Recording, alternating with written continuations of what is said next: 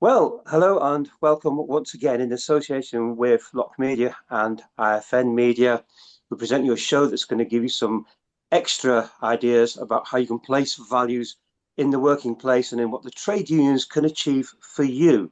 What does May Day mean to you? So historically, we're going to have a little look at that first of all with first guest, Steve Headley. Steve, a little bit of the history, if you would. I don't mean the antique history. I mean modern day history, of course, of May Day, and in particular in the United Kingdom.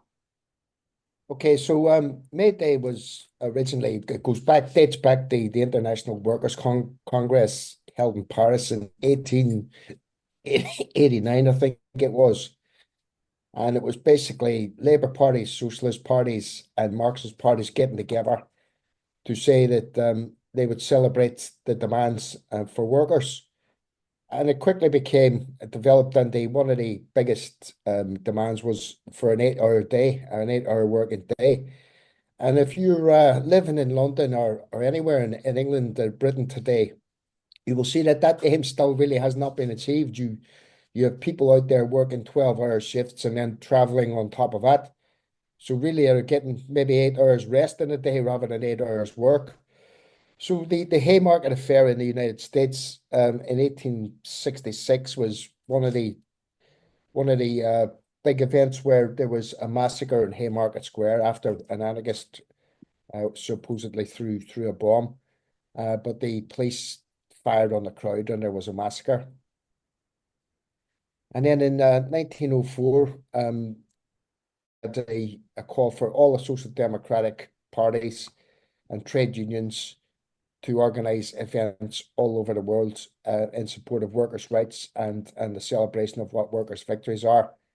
So in Britain, I think it was Michael Foot actually, when he was a cabinet minister, introduced a bill and brought in a bill that we would have a public holiday on May Day. Recent May Day marches, if you're lucky, we got about maybe 400 or 500 people in London, and the trade unions don't really mobilise for them. Well, Steve, that's a great opener. And of course, we're just going to go and show a little video now of back to 2014 when we said goodbye and obviously remembered the great union leader, Bob Yeah. Crow, one of your close compatriot and comrades. Now, wasn't that great to look back on that memory, Steve? You must recall yourself as you were seen there climbing up on the side of Nelson's column and addressing what was then a very, very large crowd. What were your feelings as you were saying goodbye to these people? At the same time, a very large crowd that you were able to address, because it's not been that way since, has it? Well, I think it was kind of a watershed moment, wasn't it? I think that after Bob died, despite some of our best efforts, the trade union movement and indeed Bob's own union, the RMT, went to the right, and I think is still going to the right in many respects.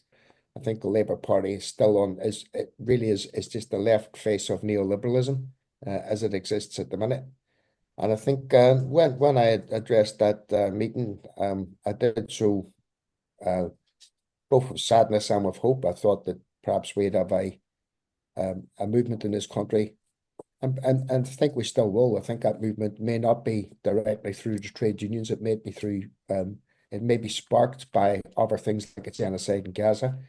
But ultimately, workers are the people that are going to change society, and workers will come to struggles in ways that we might not participate, but they will come into struggle because the system that we are currently experiencing, this capitalist system, is destroying the planet before our very eyes and is leading us now, I think, inevitably into a third world war. So unless workers actually put the ideas of May Day, of international solidarity, worker solidarity into action, I think that we're in for a very bleak future. Right. Well, look, I'd like to hand the reins over a little bit now to Sal. Sal, if you would, question for you is, as we know, it was a very popular movement at one time. You know, people would congregate. It gave them a lot of ideas for the year ahead to plan, to organise, and to get those things done as best as they possibly could. And it's been fragmented. You've worked very hard yourself in terms of these trade unionist issues, and you've worked extremely hard with people on the picket line as well, like Steve. What way would you see forward for people to be able to invoke that kind of feeling again, that hope that can turn into good action? What sort of organisation could there be? Is it going to be the same? Is it Trafalgar Square again? What are we looking forward for the future, Sal? Well, what I'm finding is that Mayday, when we look at how many organizations are there and the participation by the workers from all different sections of the different industry, there are people against racism, against war, and fighting for their workers' rights. And that day actually crystallizes the aspiration of the working people of this country and students, youth, that they stand up for workers' rights, they stand against racism, they stand against privatization. And then once May Day is over, everybody's gone. What we need is a continuous momentum of that aspiration, of those efforts to make a unified, you can say, a movement that their struggles, individual struggles go on, as well as the solidarity is expressed in the supporters' struggles. So they have to fight issues for workers' rights, that look what's happened. People are having to work long hours, contract labor, and many not even in the unions.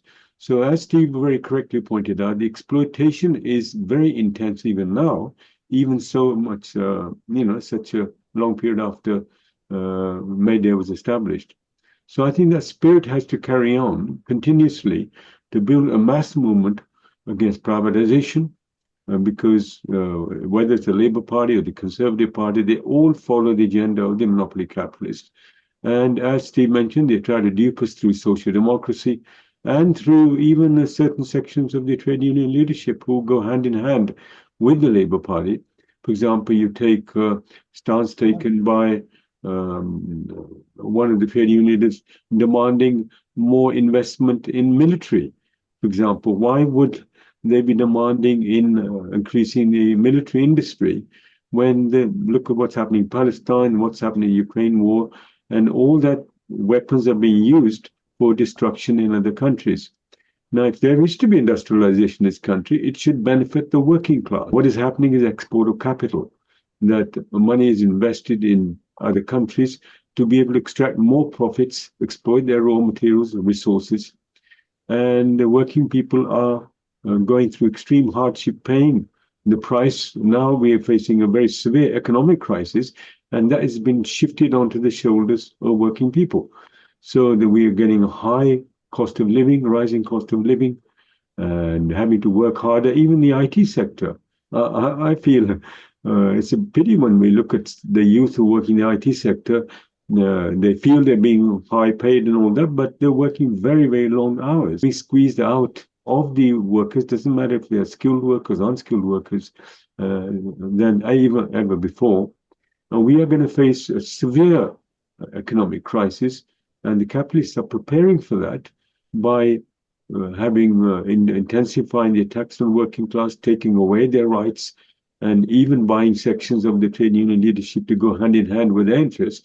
We have to reverse the whole process, that we have represented the trade union activists, make sure that their trade unions fight for their interest, the anti-war movement, make sure that we are not serving the interest of the war industry. And racism is on the rise, which is going to lead to fascism. And lastly, I'd like to say they always talk about liberal democracy.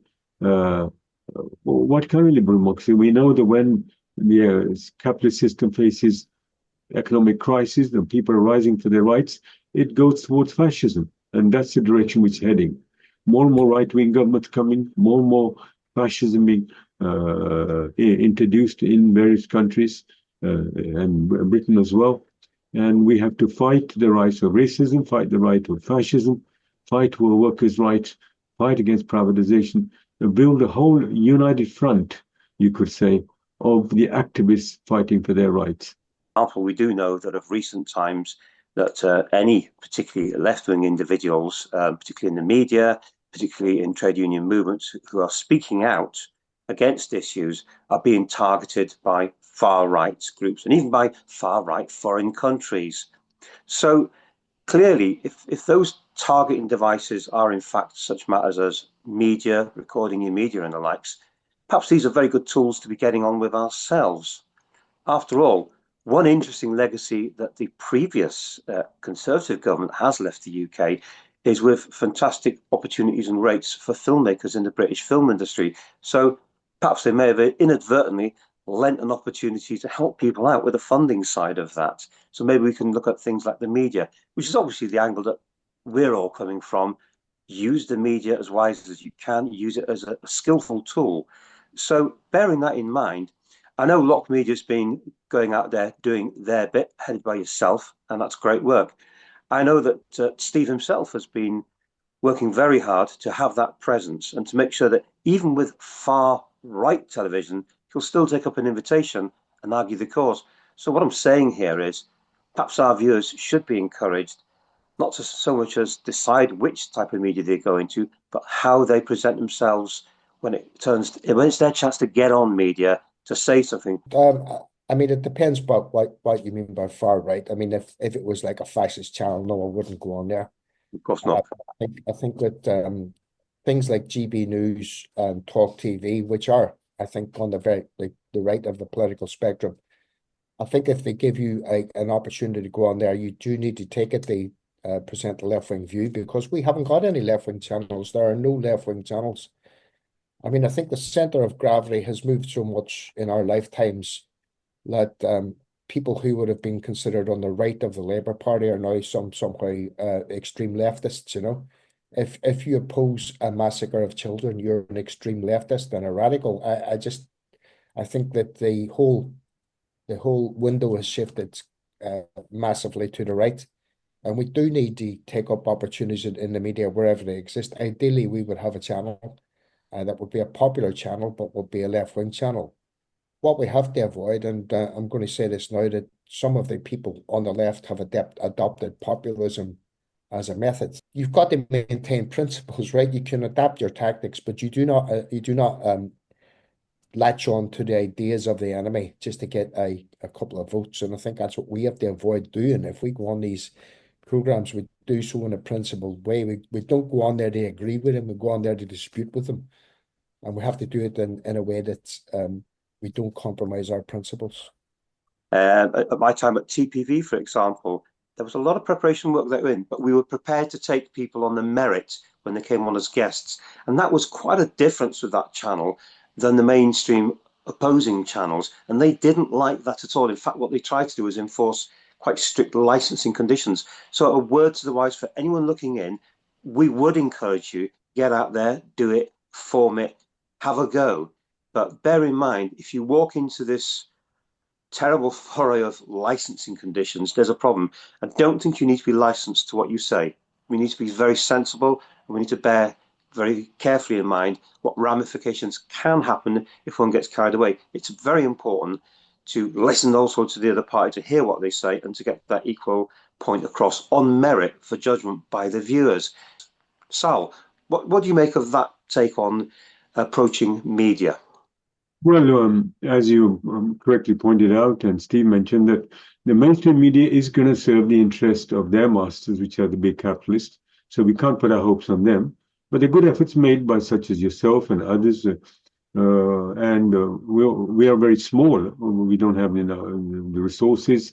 But all our small efforts, if we can unite together and synergize network with each other, we can make an impact, especially covering national struggles of the working class and all the struggles that are taking place against the war against racism, as well as local struggles. I find they're not being covered by the media, they're not being supported.